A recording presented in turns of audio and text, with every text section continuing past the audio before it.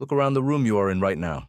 The chair beneath you, the frame of the door, the paper on your desk, the beams above your head holding up everything. Strip away the plastic and the metal, and you will find that an astonishing amount of the human world was, and still is, built out of one thing: trees. And for most of history, a society's entire future depended on a single quiet question that nobody thought to ask until it was too late. What happens when you run out? You are about to find out.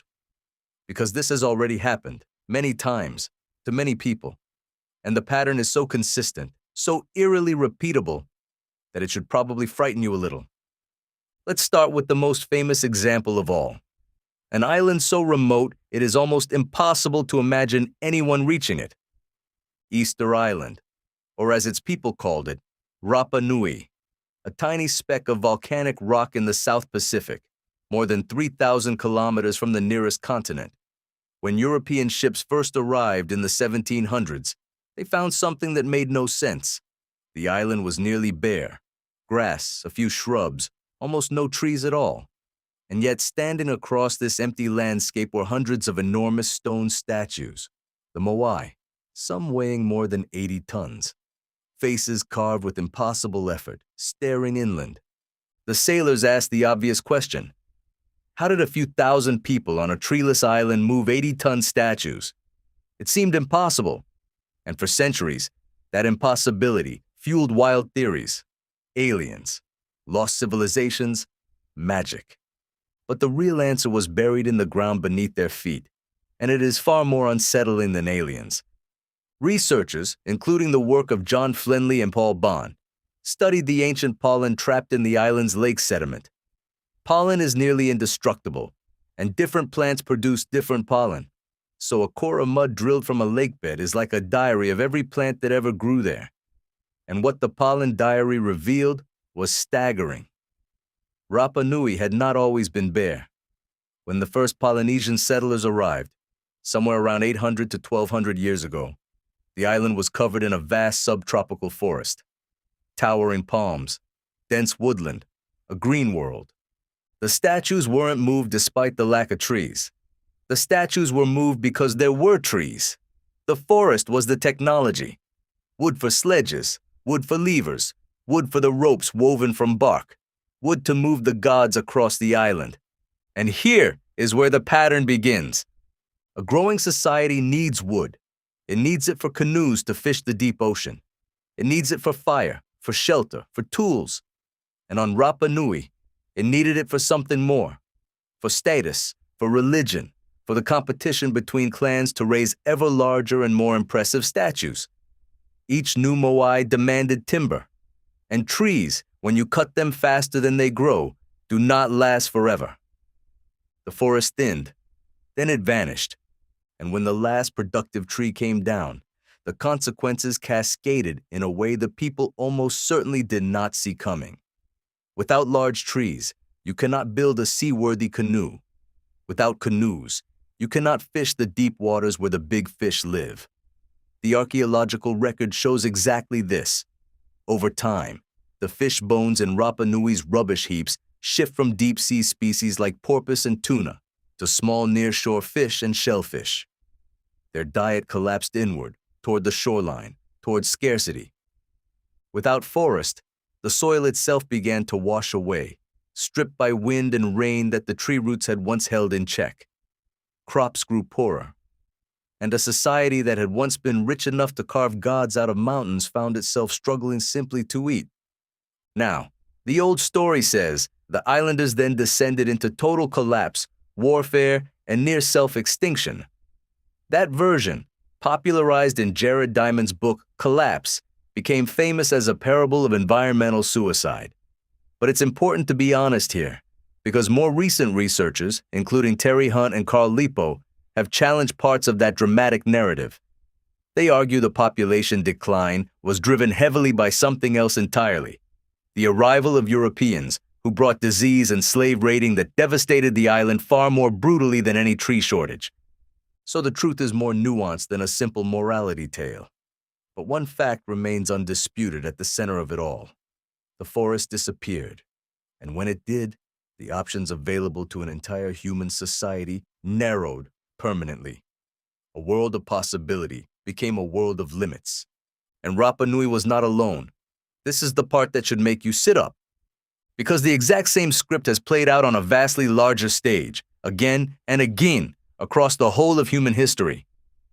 Consider the ancient Maya, whose sophisticated cities rose across what is now Guatemala and Mexico. To build their towering temples and to make the lime plaster that coated their grand plazas, they needed enormous quantities of wood to fire the kilns.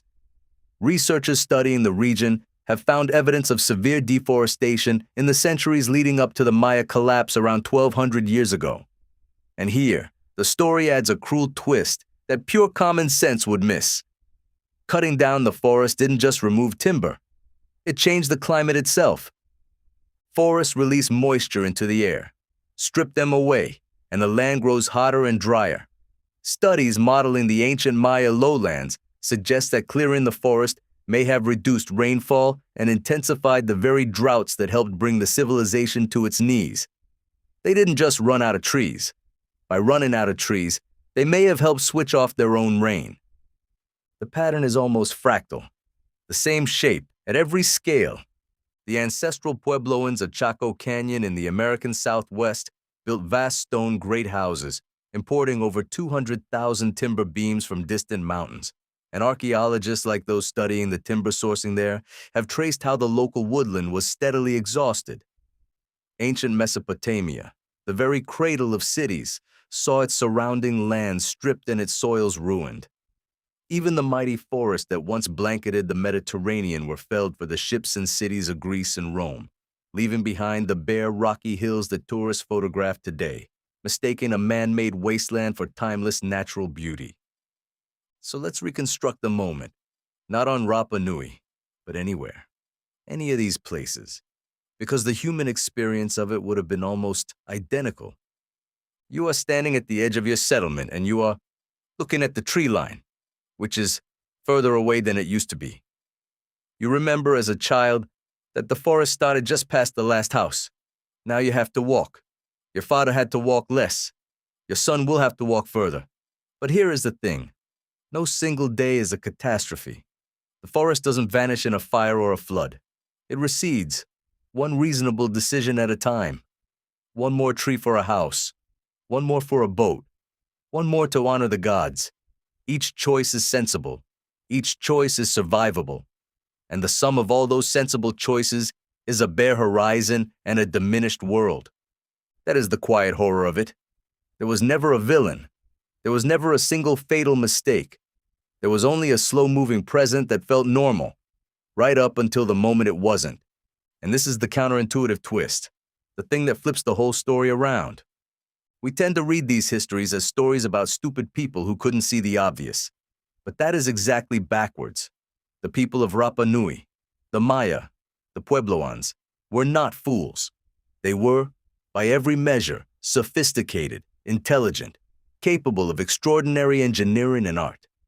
The reason they cut the last trees is not that they were blind. It is that the process was gradual, the benefits were immediate, and the costs were invisible until they were irreversible. They were trapped not by stupidity, but by the structure of the problem itself. A structure that human brains, tuned by evolution to respond to immediate threats and immediate rewards, are almost perfectly designed to walk straight into. And you carry that same brain. So look around your room again. The wood in your walls came from a forest somewhere. The paper on your desk was a tree. But now widen the lens beyond wood, because trees were only ever the first resource humans learned to draw down faster than it could replenish. Think of the aquifers being pumped dry beneath farmland, the fisheries emptying in oceans you will never see, the stable climate your entire civilization was built upon, quietly thinning like a forest at the edge of a settlement. None of it vanishes in a single day. It recedes, one reasonable decision at a time. The people who carved those gods out of the mountains never woke up on the morning they cut the last tree and thought, this is the end of our world. They just needed a little more wood, the same as yesterday, the same as they always had. Look around the room you are in right now. Almost everything you see was once alive or grew or was drawn from a world that felt endless. It was never endless. It only felt that way right up until the moment someone reached for the last of it.